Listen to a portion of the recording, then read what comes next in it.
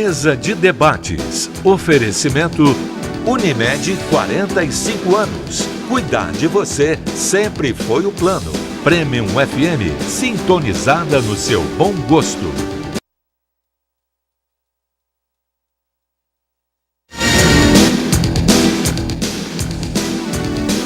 Hoje é quarta-feira, dia 25 de abril. Está começando mais uma mesa de debates aqui pela TV Juiz de Fora. Para a gente é sempre um prazer estar com você aí na sua casa. Já te peço licença para chegar até você e te faço um convite para a gente ficar junto hoje até meio-dia. A gente conversa sobre projetos sociais da cidade que acolhem imigrantes e conversamos também sobre os 160 anos da imigração alemã aqui em Juiz de Fora. Apresento agora os debatedores do nosso programa de hoje. A gente recebe, como todas as quartas-feiras, a diretora-geral aqui do Grupo Circon, doutora Jane Aragão. Bom dia. Bom dia, Caio. Bom dia, nossos convidados. Bom dia, Erickson. Bom dia, telespectadores. Vai aí um convite para você que perdeu ontem, né? O Jane Aragão convida. Com o Oleg, né, a Pramove. Foi um programa assim, muito gostoso. E aí, de repente, se você perdeu, você poderá revê-lo no sábado às 18 horas. E dizer para você ainda que nós temos matrículas abertas ainda para o curso de cuidador de idosos. Então, não perca essa oportunidade, principalmente que a gente está recebendo pessoas de fora, né? Então, eu acho que o curso de cuidador de idosos, ele dá uma formação muito boa, Caio, para que a pessoa possa realmente acolher as pessoas. E Juiz de Fora, né, é uma cidade assim, muito acolhedora, e quase todo mundo aqui não é de Juiz de Fora, a não ser meu filho que nasceu aqui em Juiz de Fora. A gente, às vezes, fica na dúvida de quem é de Juiz de Fora. E com esse meu programa de entrevista, 99% das pessoas que eu entrevistei, Caio, não são de Juiz de Fora.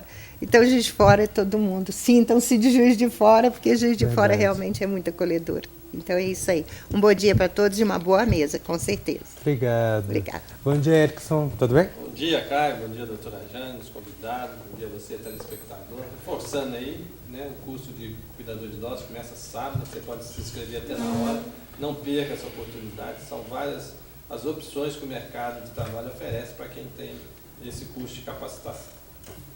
Agora eu apresento para vocês os convidados do nosso programa de hoje. A gente recebe o autor e memorialista Alexandre Müller-Hill Maestrini. Bom dia. Bom dia, Caio. Bom dia, mesa. É um prazer estar aqui falando do meu segundo livro, depois de tanta pesquisa, vários anos pesquisando a imigração dos meus antepassados, basicamente, e mostrar essa história que é uma história comum de hoje. Talvez 10% da população de Juiz de Fora, uns 60 mil, a gente calcula imigrantes, descendentes dos imigrantes alemães em 1858. Obrigado, viu? A gente recebe também o Sérgio Maurício Gonçalves, que é voluntário na ABAN. Bom dia, tudo bem? Bom dia, um prazer estar aqui, poder compartilhar esse momento e essa fase da vida, poder transmitir também para os outros tudo que aprendi e que eu sigo aprendendo em parceria com o Renato e o Padre Luiz Eduardo também. Sérgio, só de ouvir você falar já dá para perceber um sotaque diferente. Daqui a pouquinho eu quero conhecer um pouco mais sobre a sua história. Tá bem? Certeza. Obrigado, viu, por você ter vindo. A gente recebe também o assessor da Pastoral Arquidiocesana do Migrante, Padre Luiz Eduardo de Ávila. Bom dia. Bom dia, Caio. Bom dia a todos da mesa. É um prazer receber você aqui. Obrigado por aceitar nosso convite. Muito obrigado, agradeço. A gente recebe também o presidente da ABAN, Renato Lopes. Bom dia. Bom dia, Caio. Bom dia a todos da mesa. É um prazer estar aqui conversando sobre esse assunto tão atual, que é o aumento da imigração no mundo, especialmente no Brasil, voltado aos venezuelanos. Obrigado. Segundo a ONU, nos últimos 15 anos, o número de imigrantes aumentou 41% no mundo em relação ao ano 2000, ultrapassando 244 milhões. No ano passado, o Brasil registrou um recorde no número de pedidos de refúgio. Foram mais de 33.800 pedidos, a grande maioria vindo dos nossos vizinhos venezuelanos. A partir de agora, a gente vai entender quais os impactos desse movimento e como Juiz de Fora recebe os migrantes que chegam à cidade.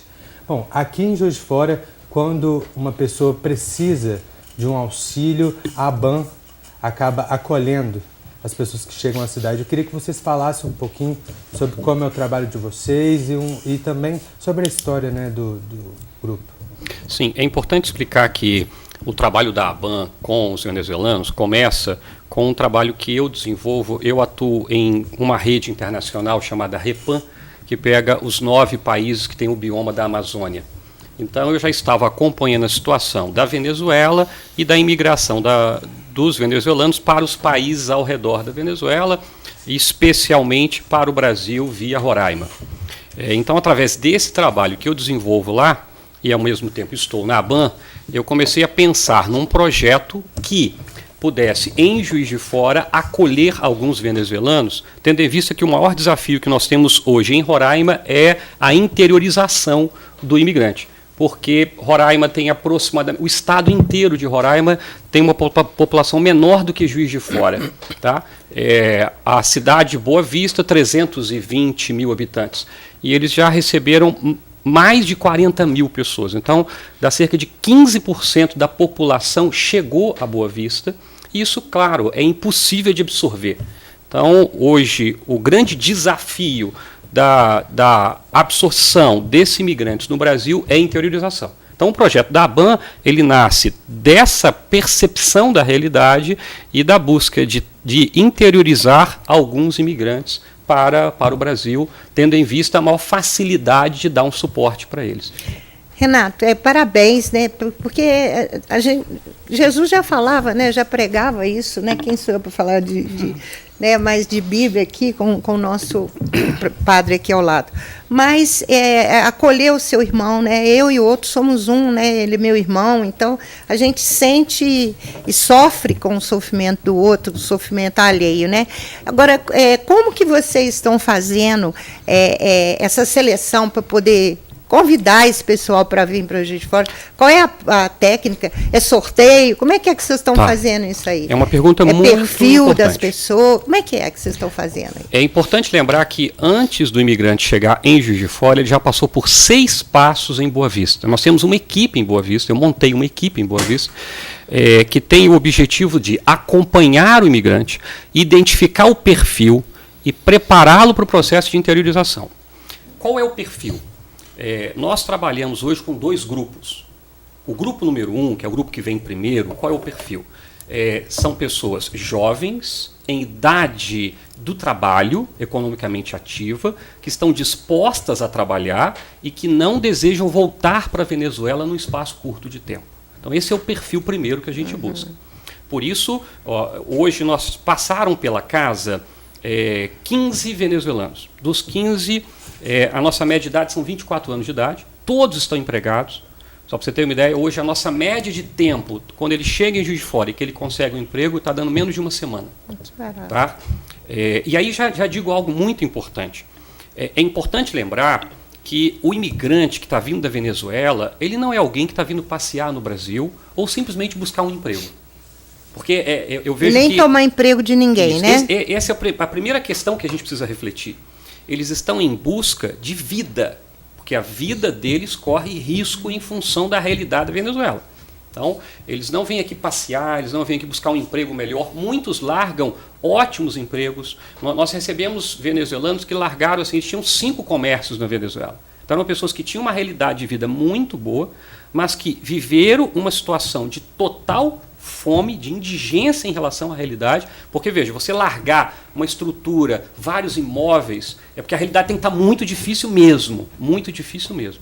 Então, o primeiro ponto a explicar é que os que estão imigrando para o Brasil, imigram em função de uma situação de caos total, de ameaça à vida em função da realidade. O bem maior que nós temos é a vida, né? Enquanto eles estiverem lutando pela vida, né, há um motivo. Sua pergunta é muito boa, porque, tecnicamente falando, eles não são refugiados. Tá? É porque, para ser enquadrado como refugiado, ele tem que ter uma perseguição, ou seja, uma ameaça à vida causada por uma perseguição, seja política, seja por raça. Esses imigrantes, nós em Juiz de Fora, não recebemos refugiados. Entraram refugiados no Brasil, tá? Mas os refugiados acabam tendo uma atenção especial da Polícia Federal e de toda uma estrutura, porque eles precisam de proteção. em função da perseguição que estão passando.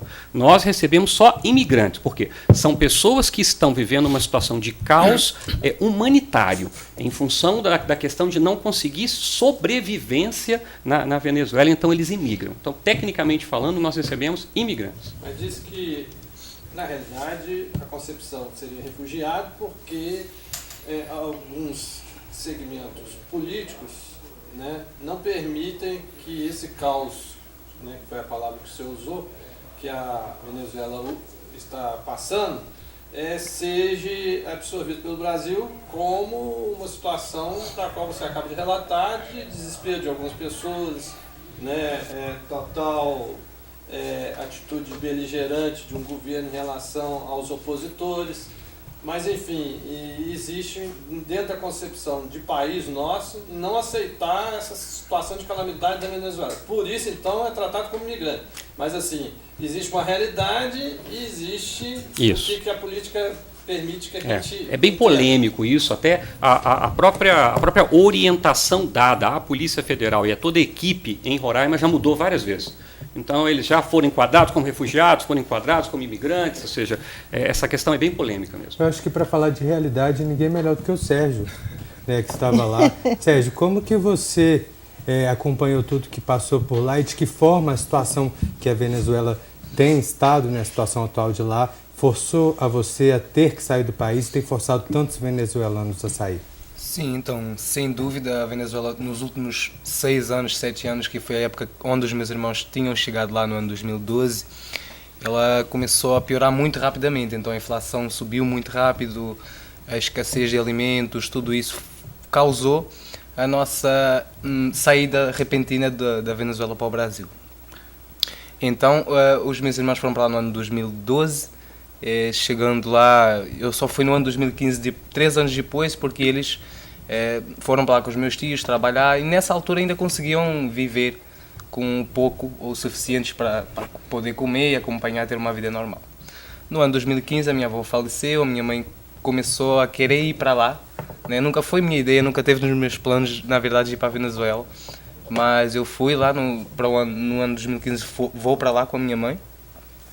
E chegando lá, assim, ainda dava para viver. No ano 2015, apesar de já estar Nicolás Maduro no poder, a gente ainda podia viver. Podia comer, não havia grande problema com a comida. Mas muito rápido tudo mudou. A guerra econômica, a escassez de produtos, a falta... até podia ter emprego, mas todo o dinheiro que você recebia lá, então não dava nem para comer. Feito isso, 9 meses, os últimos 9 meses que eu tive em Caracas, vivendo, o salário que eu recebia não dava nem para comer. A minha mãe estava no norte, eu fiquei 9 meses sozinho em Caracas e a gente decide vir para o Brasil em prol de uma vida melhor outra vez, pela segunda vez. A primeira na Venezuela não deu certo, agora a segunda vez a gente vem para o Brasil buscar outra vez outra vida melhor.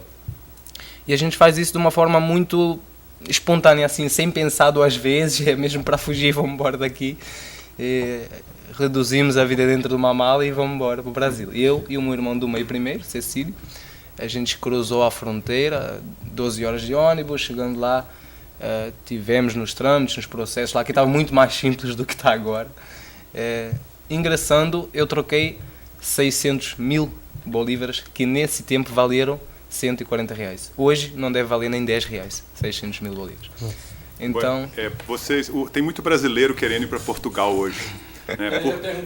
Por que um português escolheu ir para a Venezuela e depois acabou no Brasil, que é irmão de Portugal? Porque o mito que a gente tem, né, mas Portugal é um país bom para se viver. Pois é. Viver, e assim, principalmente jovem igual você, né, mas... No ano 2012, quando os meus 2 irmãos saem de Portugal, Portugal atravessava uma fase econômica má. Não sei se vocês já acompanharam, no ano 2011, o FMI entrou, houve uma recessão econômica forte um pouco em Portugal nessa época.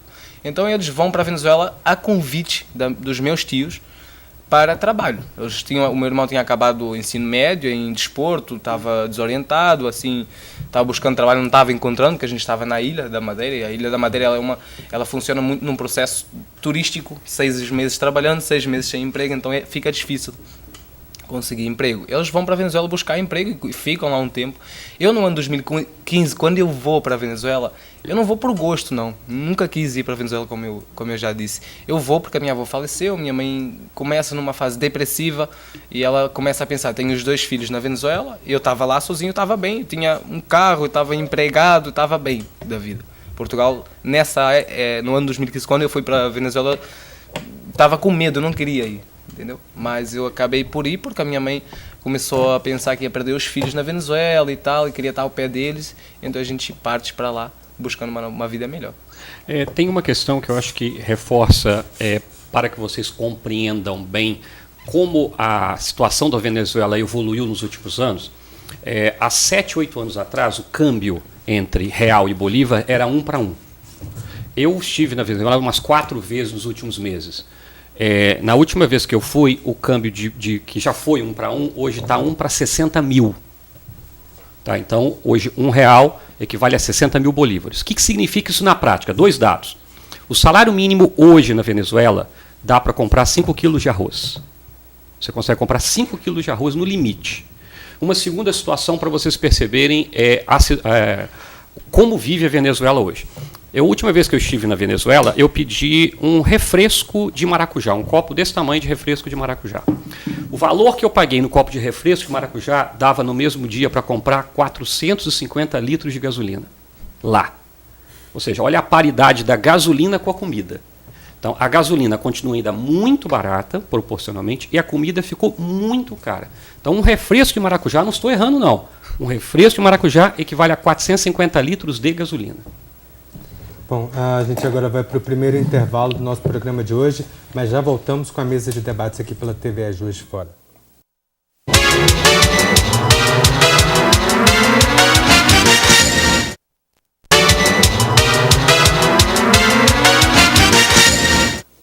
Estamos de volta com a mesa de debates aqui pela TV Juiz de Fora. Sérgio, a gente tem pergunta do pessoal de casa que eles não conseguiram entender ainda o motivo da sua escolha em vir para o Brasil e não retornar para Portugal. Então, primeiro pelo investimento. A falta de... Primeiro a gente acompanhava que estava vindo todo mundo para o Brasil. Segundo, porque se eu sair de Portugal, de alguma maneira é obrigado, de alguma maneira buscando outra forma de uma melhor vida, né? Não teria muito sentido voltar ao mesmo país. Então a gente vem no Brasil acompanhando a corrente, praticamente, buscando uma solução àquilo que todo mundo viveu e sentiu na pele lá, que não podia nem comer, não havia comida nos anaqueles, você ia com dinheiro no bolso para comprar, não havia, tinha que ficar horas para comprar pão, etc. Então a gente vem para o Brasil buscando essa melhor vida, eu e o meu irmão primeiro, sempre no pensamento futuro de trazer a família, né? A gente cruzou a fronteira com R$140 na mão, a gente pegou um táxi para Boa Vista, sem saber onde ia cair, nem o que ia fazer, né? Chegando a Boa Vista com esse dinheiro, 11h30 da noite, a gente, ao chegar lá, o taxista falou, são R$100 o táxi, R$50 cada. Aí foi onde eu notei o que era R$140, não sabia o que ia valer aquele dinheiro na minha mão, entendeu? Quando eu me dei conta que estava com R$40 na mão, aí comecei a ficar desesperado e assustado mesmo com aquilo. Cheguei, vi uma senhora, vi que havia uma casa para alugar, consegui conversar com a senhora, pedi que me emprestasse a casa até o final do mês, fiasse a casa, né? Ao final do mês para a gente ficar, e eu tava quase seguro, eu pensei que ia conseguir um emprego. Eu sou muito desenvolvido, eu busco, entendeu? Pensei que ia conseguir um emprego muito rápido, mas não foi assim. Em 2 semanas a gente começou a caminhar para o centro de Boa Vista, eu e o meu irmão buscando, e a gente via aquela realidade nas rotatórias, mulheres se prostituindo, pessoas venezuelanas por todo lado buscando trabalho, com placares, e qualquer restaurante que a gente chegava, eu botava o currículo, pedia água, porque fazia muito calor em Boa Vista, né? O primeiro, depois deixava o currículo, falava, e o pessoal falava sempre a mesma coisa. Você está vendo a realidade, está todo mundo aí fora buscando trabalho, não tem como dar emprego para você. É interessante, eu acho que na história do Sérgio, fazendo 2 perguntas, quantos meses você trabalhou para juntar esse dinheiro que você... R$140? Então, esses 600 mil bolívares foi o dinheiro da rescisão do contrato de quase 1 ano de trabalho em Caracas. Tá. Porque é importante lembrar que o imigrante que está vindo para o Brasil, ele não está vindo por opção. Se ele tivesse opção ele de repente pensaria em outros caminhos. Ele está vindo numa total falta de opção. Então o recurso que ele tinha, era impossível ele pensar em voltar para Portugal, até para pensar com uma passagem aérea. Tá? Eu queria fazer uma pergunta ao padre Luiz. Nós tivemos aí na nossa história, daqui a pouco o Maestrinho vai falar um pouco, dos alemães, tivemos italianos, tivemos os negros, né, vindo da África, que são imigrantes ainda que forçados como escravos, mas estiveram aqui. Né? E agora estamos tendo aí, mais recentemente, os venezuelanos. O Dom Gil esteve aqui, falando da viagem que ele esteve no Haiti, recebendo muitos haitianos também aqui no Brasil, por causa do momento que o Haiti viveu. E assim, a história do Brasil é acolhedora. A doutora Jane falou do programa dela, que a maioria, inclusive, das pessoas de Juiz de Fora, são pessoas de fora. Como é que a Igreja Católica se insere nesse cenário de receber, né? Sabemos que existem pastorais de imigrantes em vários locais, e o senhor à frente dessa pastoral, principalmente tendo Dom Gil, uma pessoa tão sensível, né? Um bispo que se diferencia de outros por conta da sua sensibilidade, da sua atividade física. Há uma fala do Santo Padre para a Igreja Católica em todo o mundo, para que nós tenhamos um olhar muito especial com os imigrantes, porque nós temos aqui tão próximo Venezuela, mas no mundo todo, Síria e tantos outros países, as pessoas têm deixado a sua terra, o seu lar, e têm tentado fugir de muitas perseguições, guerras e dificuldades. E aos poucos, eu creio que várias dioceses e igrejas pelo mundo afora têm feito esse trabalho de acolhimento. Particularmente em Juiz de Fora, né, nós temos a história da nossa igreja com um trabalho lá no Haiti, uma presença, né, Dom Gil esteve lá com um grupo, e uma ligação com o Haiti. Em Juiz de Fora, eu desconheço se há algum haitiano aqui. Né? Até agora não tivemos nenhum contato com alguém. A pastoral foi criada por causa do nosso trabalho com a ABAN. Antes que a pastoral existisse, eu já estava no trabalho em conjunto com a ABAN, né?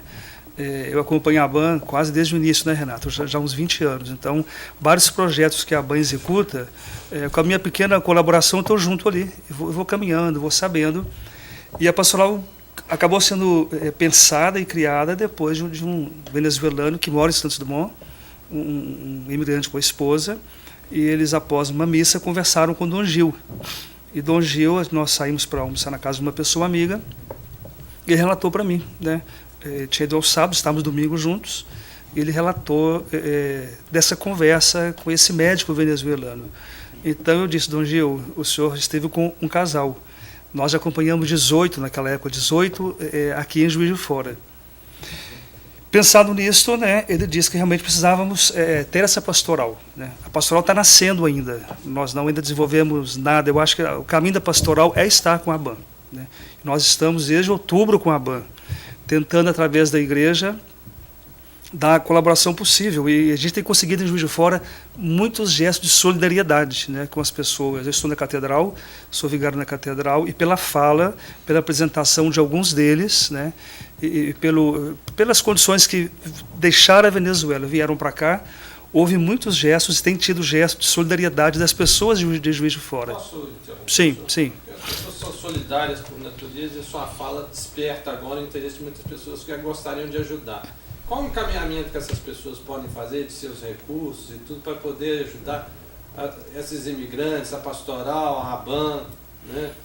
A pastoral está muito ligada à ABAN. Eu peço que o Renato fale do projeto que está em execução, né? Eu estou colaborando na divulgação, mas é um projeto bem interessante porque o meu trabalho é estar com a ABAN, né? Porque o conhecimento de toda a estrutura, de quem está, de quem vem, da história de tudo isso, é o Renato que está lá, né? Ele tem ligação lá na Boa Vista, tem ligação com o trabalho em alguns países da região. Então, assim, nós estamos à distância, tentando colaborar com a realidade que o Renato vive quando está lá. Mas avaliza o trabalho da ABAN. 100%, né? 100%. Não discordo de nada. Tudo aquilo que a ABAN faz, né, merece o meu apoio total.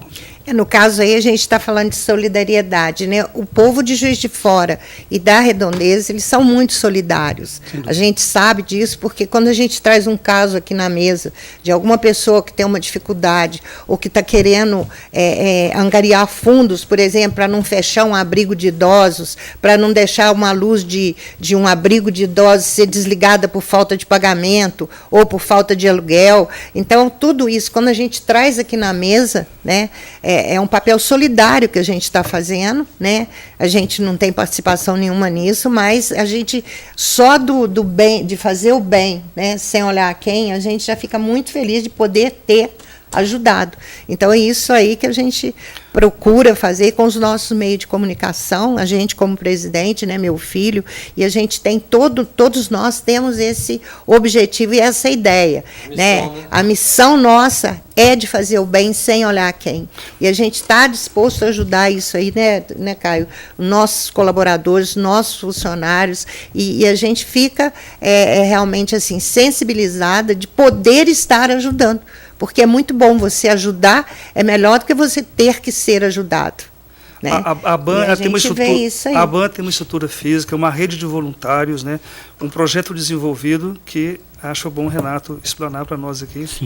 Posso adicionar uma pergunta antes de você? Que a gente tem visto no mundo inteiro que os refugiados, os imigrantes, eles chegam, o mercado, em primeiro momento, acolhe aqueles que estão em condição de trabalho e fica aqui uma gama de outras pessoas, ou ainda na Venezuela, ou nos outros países, ou em Portugal, que ainda não estão podendo ser ajudados. Né? A gente vê isso acontecer na Europa, percentual de ajudados é muito pequeno, acaba criando guetos, criando comunidades paralelas.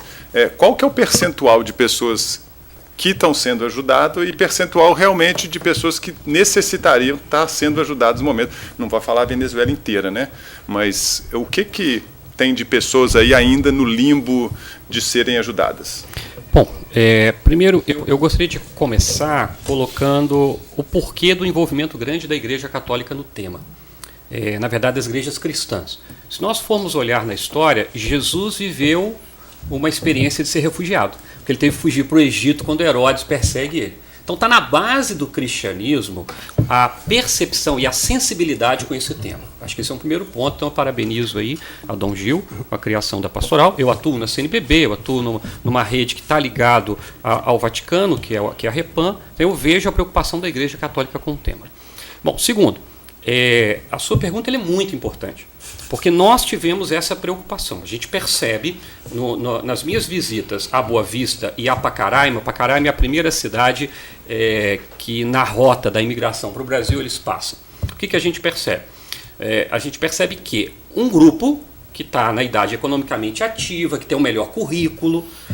Eu recebo hoje, só para você ter uma ideia, eu recebo hoje, de fora chegam 3 cubanos que estavam na Venezuela. Um é médico e ele vendeu sacolé no sinal. Depois ele estava desentupindo esgoto para sobreviver. Né?